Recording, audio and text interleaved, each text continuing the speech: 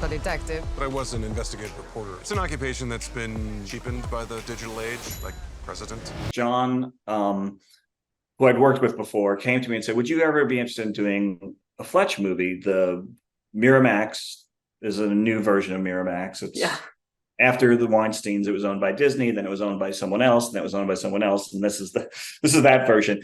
They own all the books except for the first one, and they had approached him. What they didn't know is that Jon had read those books when he was a teenager and really liked them.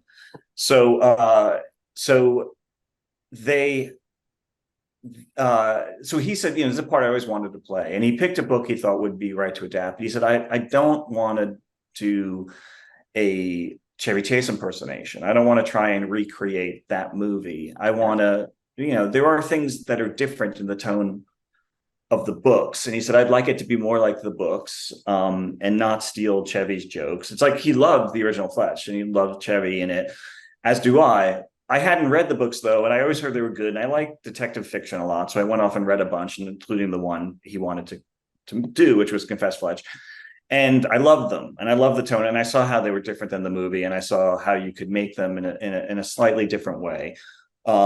But they do share a lot of the same DNA, because the guy's still someone who's like a charming liar, and is seemingly unbothered by everything.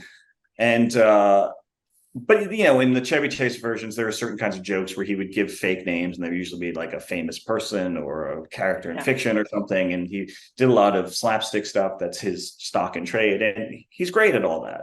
It's fantastic.